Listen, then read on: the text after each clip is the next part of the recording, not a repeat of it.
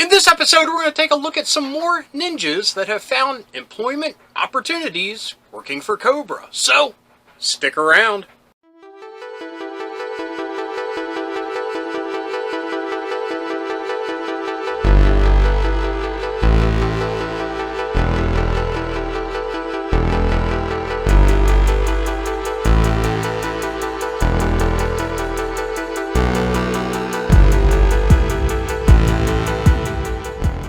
Hello, fellow dorks and dorkettes, and welcome to It Came From My Side of the Laundry Room. My name is Rob, and in this episode, we will be taking a look at the G.I. Joe Classified Blue Ninja 2-pack. Yo, Joe! Yeah, this is pretty cool. I mean, first things first, you get two ninjas. Enough said. Another thing, you actually get the first female ninja being offered in the Classified series. There weren't that many to begin with the OG series, but now we can at least say there's one in the Classified series. So, let's take a look at this packaging. I mean, the artwork on it is beautiful. On it, we see the two ninjas that are included in the package, the female and the male. In the background, we have, a nice Japanese background, a moonlit sky, explosions, and various other ninjas. And you can see by the one off to the side here, it has a mask on. So, one of the cool features about this is they have masks. We'll take a look at those in detail later. But the side of the package just has pretty much the same artwork, just laid out differently. They used Photoshop and reposition them. So, nothing really special. We won't take a look at the back because with this new windowless packaging, they pretty much show you all the accessories that come within the package, and we'll save that for when we take a look at the figure. Or should I say figures? Sorry. Okay, here they are with their footlocker, which looks awesome. I think this might be the first time I've seen a Cobra footlocker with the new packaging, and I'm really impressed. I love the keypad in the middle of the Cobra insignia. That's a really neat touch. Anyway, first impressions. Okay, the elephant in the room is the male ninja is just a repaint of the red ninja that was released a while ago. And we know Hasbro, even in the 80s, was notorious for just repainting ninja figures and saying they're a new character. But you know what? Who cares? They're ninjas. You want as many of them as possible. So, with that being said, sorry about the dog. With that being said, it being in blue, it looks like a wholly new character. I mean, it's really cool, and I'm really impressed just with how great that blue looks on the ninja. I mean, he looks like he's a Cobra soldier through and through. Now, the female is definitely a new mold. Maybe. It could take some inspirations from one of the Snake Eyes movie female ninjas. I can't recall the name of that character at the moment, but it seems kind of reminiscent of that, but I'm shooting from the hip and I don't really know what I'm talking about. So, first impressions, I like what I see. So now, let's dive into this footlocker and see what wonderful accessories these ninjas come with. Okay, here are all the wonderful accessories the Blue Ninjas come with. First things first, I am super impressed. They're not just masks that kind of go under the hood or snap to the face like I kind of thought. These are actual head swaps, and they look great. I think I'm going to have to display them with those heads, the masked heads, but we'll see what they look like, a little bit later. But yeah, I'm really excited about them. Other than that, the rest of the gear we've seen elsewhere. Either it be from the first limited edition Snake Eyes, the Red Ninja, the Arctic Storm Shadow, what have you. We've seen everything here. And the ninjas themselves don't have any Arashikage symbols. They only have Cobra symbols, which we'll see up close here in a minute. But I can see that the quiver has it, because that's the arrows and quiver that came with the Arctic Storm Shadow. So we got our hatchets, our kamas, our grappling hook, katanas, what have you, sais, all of the awesome ninja gear that we've already seen. I hate to say it, I have ninja gear out my ears. I mean, that's a good problem to have, but it would be kind of neat to have some fresh, ninja weaponry to play with. But yeah, I mean, good gear, you get a bunch of it, and yeah, let's take a look at the figures now. Okay, here are the Blue Ninjas with most of their gear. The only piece of gear that I could not put on the female ninja was the grappling hook. The only bit of gear I could not put on the male was the second hatchet. Now, okay, I have two big gripes just with this simple posing. It's one for each of them. First, the female ninja. The biggest issue is her slight build. I mean, I guess that's expected, but you can see the height difference. And I mean, even with the base, she's a lot smaller than the male. I mean, that's okay and all, but with that comes, it feels fragile. The elbows are missing a second, snapping joint. It's only a simple one joint elbow. And just moving it the little bit that I did for this pose, I was so scared I was going to break it.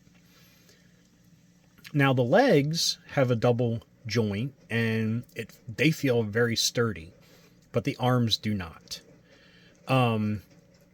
The other thing that I don't like is, and the same thing with the Arctic Storm Shadow with the female, this is a bonus third gripe, if you will, is that the katana's scabbard clips on the outside of the quiver.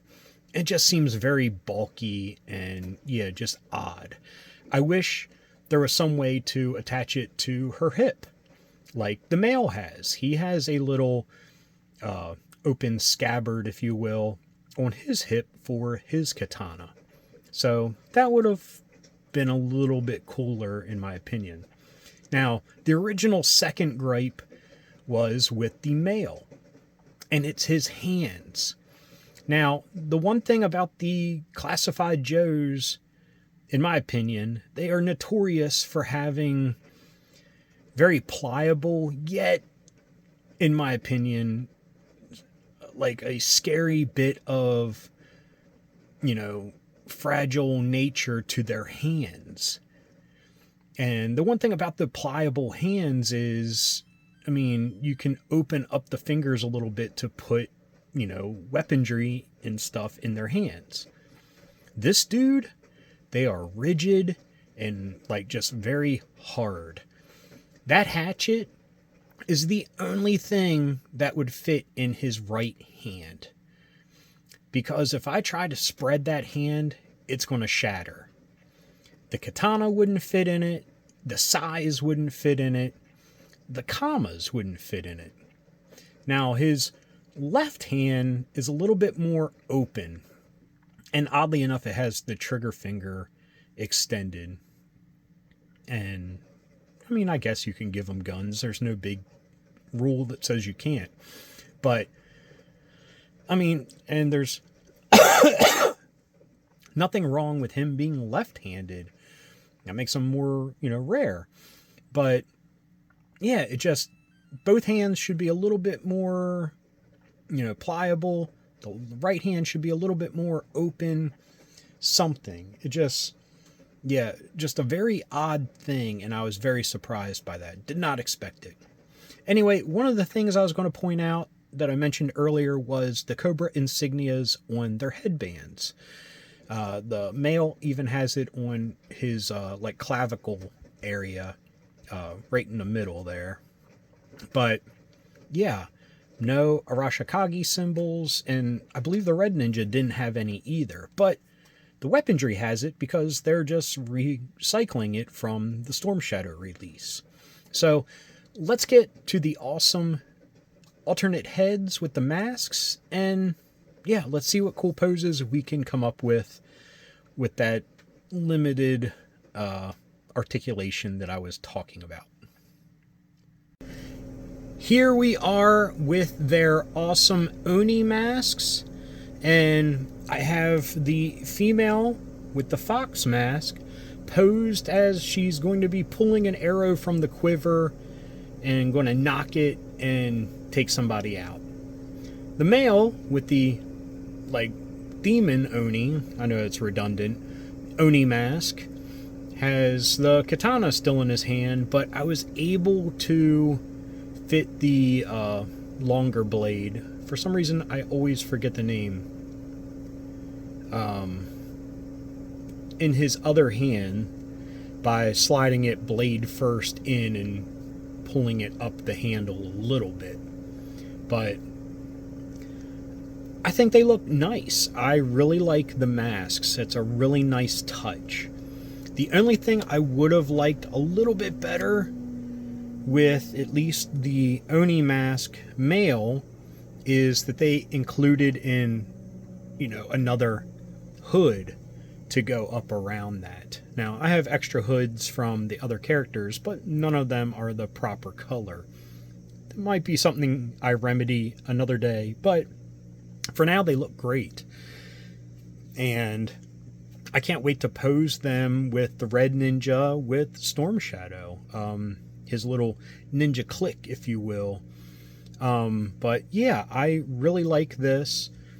Now, the female's legs, like I said, are more sturdy and very easy to pose. Her hand also has the same rigid problem. I wonder if it's just something with the blue dye in the plastic or something. I don't know, but yeah. So I thought that's a pretty cool pose for what it can do. I mean, I don't mean to shortchange either figure, but I feel like with that hand issue, it's just kind of limited what they can do. I wanted to do a little bit more with the male, but with the shoulder pads the way they are, that limits the arm or shoulder mobility. So I couldn't get the sword up the way that I had envisioned it, but this is nice all the same. I really like it. And at the end of the day, I now have a ton of ninja gear. I mean, I could even set Duke up in ninja gear. I mean, it doesn't fit his character, but what the heck? I mean, we could just have all ninjas all the time, and that'd be cool. All in all, it's very exciting to get more ninjas in this toy line.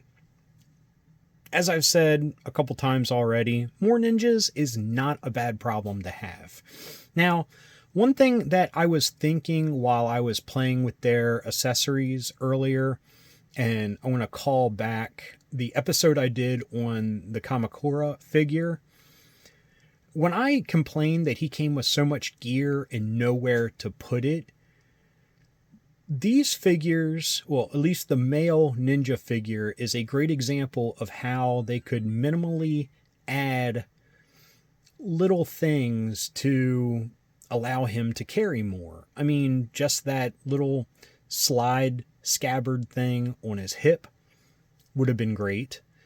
Or like on the back, as I'll show you here, he has little places. I put the size in this one. I think in the red one I have the hatchets like that, or the commas. Either way, I mean, just something simple they could have done to his belt to add more storage options, and that would have been awesome. So yeah, that would have been one thing I would have changed about the Kamakura figure to match this male figure. The female needs a little bit more accessory space, but other than that, great figures. So a couple hiccups, like I said, but I can work around those. So even with those hiccups, I would still recommend these figures. Like I've said, and I'll probably say till the day I die, more ninjas are not a problem. Give us all the ninjas. They're great. They're fun. They're versatile.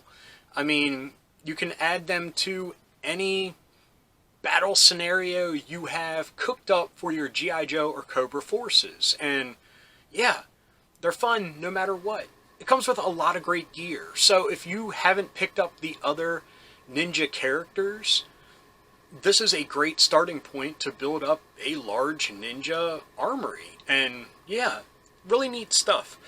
I mean, the grappling hooks, I've never had the guts to actually unravel the string to either of the ones that I have. Is it only 2? I might have more. I don't know. But, I mean, that would be fun. That would be a neat display possibility to have, a ninja hanging there with a, katana out or ninja do or whatever ready to attack. I mean, that could be super fun. Now, yeah, those hiccups that I've mentioned aren't a deal breaker, and especially for the price. I mean, you're getting 2 figures and a bunch of gear for, $45. I mean, you can't buy 2 single characters for that much anymore, and you're not going to get all that amazing gear with them. So, I recommend it. Now, I know Pulse is sold out of them, but I think Amazon still has them if you're interested. But anyway, I hope you enjoyed this episode. I mean, I enjoyed playing with them, and I can't wait to play with them some more once I turn the cameras off. I know that sounds bad, and I don't mean it that way. Anyway, I hope you enjoyed it. If you did, please give me a thumbs up. If you got something to say, please leave a comment. I love reading them, and I love getting back to everybody. And if you're new around here and you enjoyed this, or any of the episodes that YouTube is recommending down here, please hit subscribe. And if you hit that little bell icon, you will be notified whenever there's a new episode. So anyway, until next time, thanks for watching. Keep being rad, and stay dorky.